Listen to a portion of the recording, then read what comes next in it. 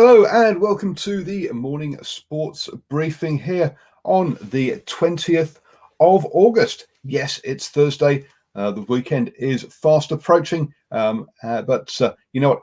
In these days, that doesn't mean we haven't had sports overnight. Sydney FC and West United played the final regular season game in the A-League, and we also have updates from the Champions League as well. Phillips outdoes Cougarline. The New Zealand Rugby announces new dates for the Farah Palmer Cup. Auckland bids for the Gay Games in 2026. We have more bad news for the Warriors, and the Thunder have a poor start to their finals series. This is your best way to start the day, up to date with all of the important sports news. And let's kick off with that football news. So yes, over in the A-League, Sydney FC beat Western United FC in the final regular season game.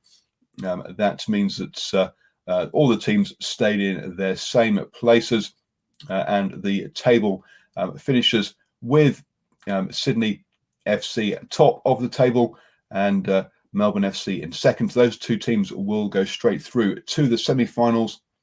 The Phoenix, Roar, Western United and Glory will all play in the elimination finals.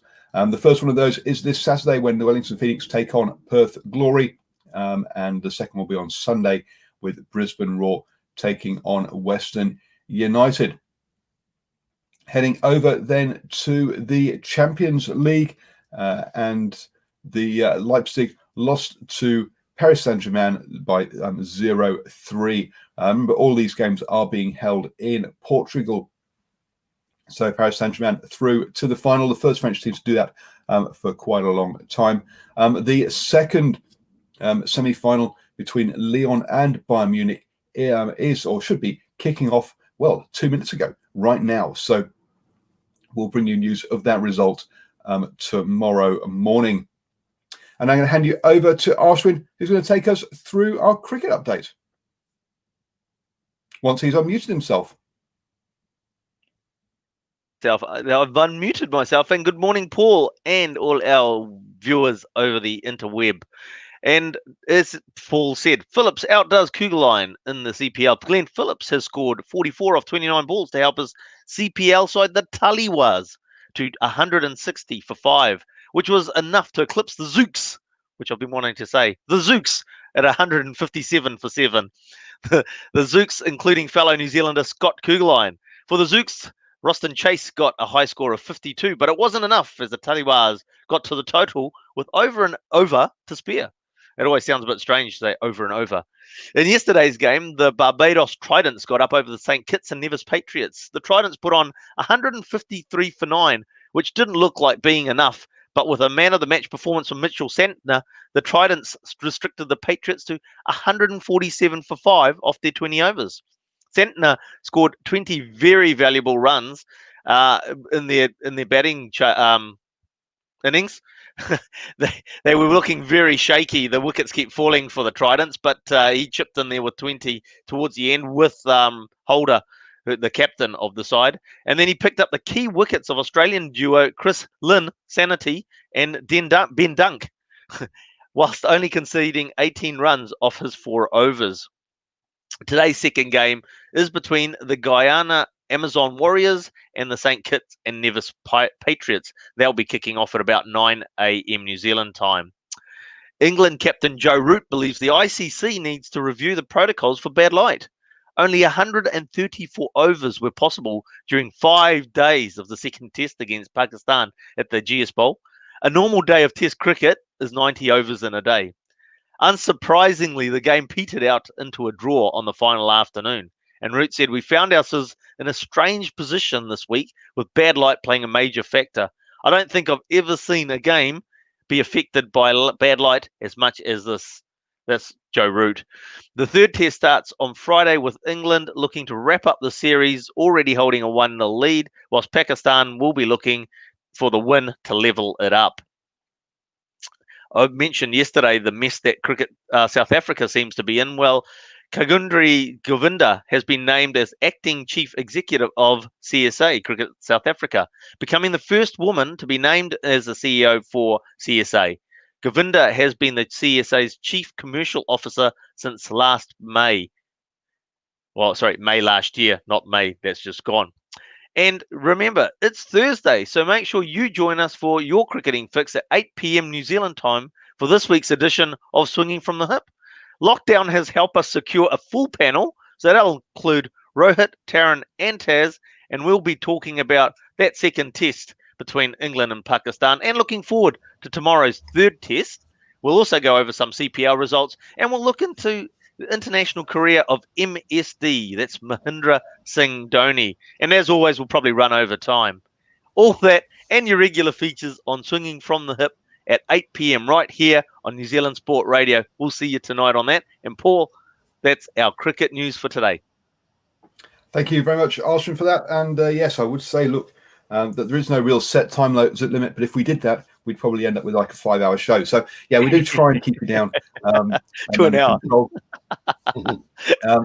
So do join the lads this evening for that Swinging from the Hip, and we're going to hand you over now to Stephen, who's going to take us through our birthday update. Yeah, these birthdays definitely won't take me 5 hours. In a birthday today, an outstanding schoolboy rugby player, now in the professional ranks, a women's football international, and finally a tall fern who plays in the Australian Women's Basketball League.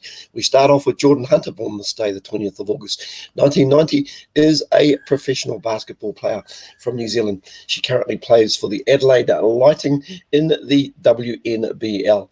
Hunter began her WNBL career with a young Adelaide Lightning side for the 2016 and 2017 season. She is playing alongside Olympian and previous WNBA player Laura Hodges. Hunter is a long-time representative of the New Zealand national team. She made her debut for the Tall Ferns at the 2011 FIBA Oceania Championships. Moving right along, ironically born on the same day as our previous recipient, Anna Green, born this day, the 20th of August 1990, is an association footballer who plays for Capital Football and represents New Zealand at international level. She has also played for Three Kings United ASB League, Adelaide United FC and Sydney FC W League, and FC Lokomotiv Leipzig in the Bundesliga. Green made her international debut as a substitute against China on the 14th of November 2006. She was included in the New Zealand squad for the 2008 Summer Olympics. And finally, back to the oval ball. Eteni Nanai Satoro, born this day, the 20th of August 1999, is a New Zealand Rugby Union player. Etienne Nanai Satoro is, yes, I've already said that. He plays fullback, and he recently played in the New Zealand schoolboys side and represented Counties Manukau in the Mitre 10 Cup. He attended St. Kentigern College, where his rugby would stand out for him. He currently plays for New Zealand in the Sevens tournament, as well as the Chiefs in the Super Rugby competition. He is also the brother of Milani Nanai as well. That's the younger brother who's playing rugby for Worcester in the Gallagher Premiership. And that's our birthdays today. I'll be back shortly with league news. Thank you very much, Stephen. And as we're being asked on Twitter, on Twitter, what today's like. Today is it's a lovely sunny day here in Hamilton, but I don't think it's going to stay dry all day. Hopefully, you all have a wonderful day today. Moving on then to the rugby update, and the New Zealand Rugby has announced new dates for the Farah Palmer Cup. Essentially, the season is going to be delayed just by 2 weeks. With the first game happening on Saturday, the 5th of September. That means now that they'll play through, and the finals will be on the weekend of the 30th to the 31st of November. This is all dependent on how the levels do progress. Because 3 of the provinces are within the COVID level 3 area, which is North Harbour, Auckland and Counties Manukau, and clearly their preparation for the season is being hindered by that. Also, but with all these COVID levels, it doesn't mean there is no rugby this weekend. There is the Spark Business Hub Premiership Club Final will be happening in Northland this weekend. And whilst they can't have crowds, they will be live streaming that on their page. Also, we have had an interview with Marley McKay, who is the head coach of Waipu, who are taking on Mid-Northern in that one. So go check out that interview on our New Zealand Sports Radio Facebook page, and we'll be publishing an interview with Corey Anderson, the Mid-Northern head coach, later today. So do check that out. I say there is still some club rugby happening this weekend around the country. Don't forget to join us at 8 p.m. on Friday evening when we will preview all of the Super Rugby action. Yes, there is still Super Rugby AU is still continuing, so we'll be previewing those games on Friday evening at 8 p.m. here on New Zealand Sports Radio. I'm going to hand you over now to Stephen, who's going to take us through the sport that just keeps on giving. He's going to bring us our NRL update. Yeah, thank you, Paul. And lead news this morning, more bad news for the Warriors, and we preview the opening game of round 15 in the NRL. We'll start with the Warriors. The amount of players unavailable for the New Zealand Warriors is growing by the week. Players returning home aside, injuries have continued to cripple the club, adding more hurdles to their 2020 NRL campaign.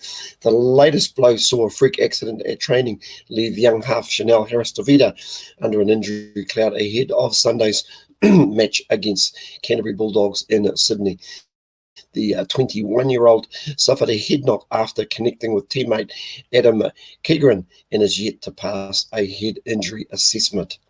In the same session, outside back Patrick Herbert suffered a torn hamstring and is set to miss at least 3 weeks. It has left the club with 21 fit players who are all part of this weekend squad. Interim coach Todd Payton described the training as carnage. We've trained as if Harris-Tavita wasn't playing. Will give Chanel every opportunity to get past the HIA, but he has to tick every box perfectly between now and Saturday, Payton said. Fingers crossed for the kid. He's been really good for us, and if he's not fit to play, we'll move on like we have in the past 12 weeks. Payton gives Harris-Tavita a 50-50 chance of playing.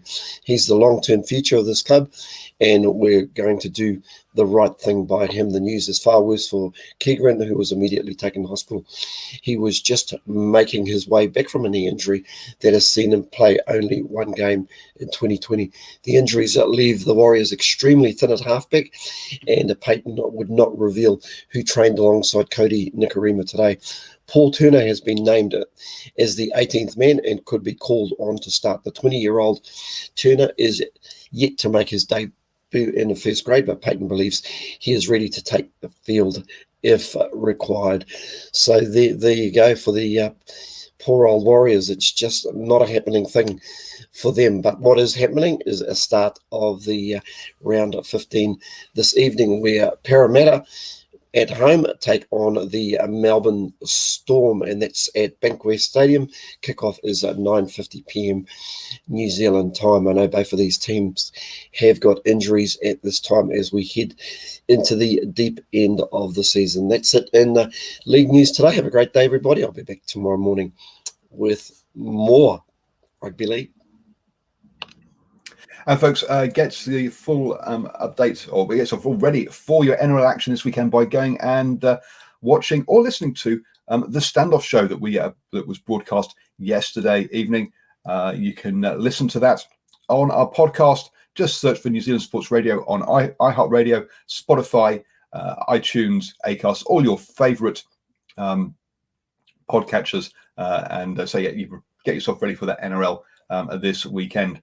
Moving on to the NBA then, and we currently have a game live at the moment, which is the Nets versus the Raptors. The Raptors took out the first game. This is the second game in the series, and currently it's 65-63 to the Nets. So a very small lead, very close game there in the third quarter. Yesterday, unfortunately, the Thunder came up short against the Rockets in their first game of their final series, 108-123. The That's the Thunder being obviously Stephen Adams' team, and unfortunately they didn't get enough production off the bench to help them there. In other results, the Magic beat the Bucks, Heat beat the Pacers, and Trailblazers beat the Lakers. So all the finals, all the first round final series have had one game so far. Remember, they were playing every other day to finish those 7-game series. So a lot of basketball coming up over the next week. Moving on then into the gay games. The gay games, Gay Games 11 will be held in Hong Kong in 2022. It's the first time it's been held in Asia. But there are a number of cities chasing making a bid for the 2026 Gay Games. They include Auckland, obviously here in New Zealand, Brisbane over in Australia, Guadalajara in Mexico, and obviously I've butchered that pronunciation, very sorry folks, Munich in Germany, San Diego in the USA, Taipei in Taiwan, Toronto in Canada, and Valencia in Spain. So good luck to the Auckland bid committee there who are making a bid for the 2026 Gay Games. Moving on then into Formula One, and all 10 teams have now signed the new Concord Agreement, which is the agreement that governs Formula One, and that agreement will run from the 2021 till the 2025.